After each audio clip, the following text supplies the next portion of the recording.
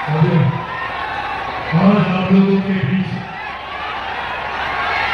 एक खास उद्देश्य से, एक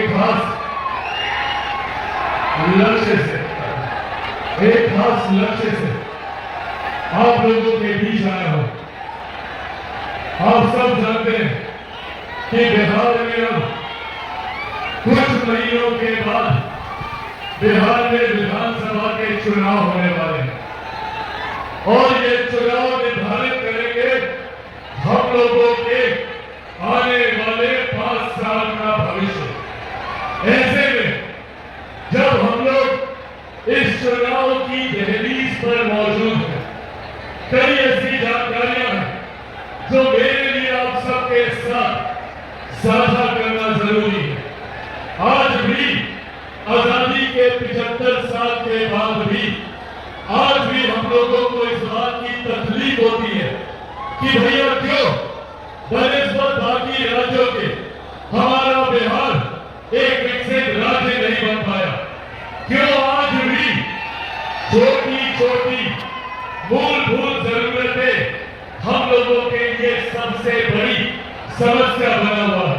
हकीकत है कि भारत एक साथ आजाद हुआ, भारत के तमाम प्रदेश एक साथ आजाद हुए, तो फिर क्या कारण कि कहीं दिल्ली बंबई जैसे चमचमाते शहर बने और वही हमारा प्रदेश बिहार जो आजादी के 75 साल के बाद भी एक पिछड़ा राज्य कहलाता है।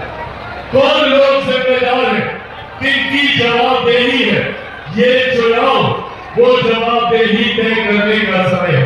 ये चुनाव वो जिम्मेदारी को स्थापित करने का समय है और उन लोगों को जिन लोगों ने बिहार को आजादी के 75 सालों के बाद भी बिहार को पिछड़ा बनाए रखा, उन लोगों को जवाबदेह करने का समय है। साथियों, आज सबसे बड़ी घटना हमारे राज्य की जिस तरीके से हम लोगों को बांटा जाता है। अब चले जाए किसी भी दूसरे राज्य में, उस राज्य के लोग एकजुट होकर एकत्रित होकर अपने राज्य के विकास की बात करते हैं। पर दिक्कत ये कि हमारे राज्य में कई ऐसे राजनीतिक दल और कई ऐसे राजनेता है जो हमें सिर्फ जात पात धर्म मजहब में बांटने की राजनीति करते हैं। हमें बांटकर वो अपनी राजनीतिक रोटियां सेकने का काम करते हैं। बिहार की एक पुरानी पार्टी जिसको लंबे समय तक 15 साल तक मौका दिया बिहार की सत्ता में काबिज होने का, बिहार की जनता ने लगातार 15 साल तक राष्ट्रीय जनता दल उनके नेताओं पर विश्वास किया, पर बदले में उन्होंने क्या किया?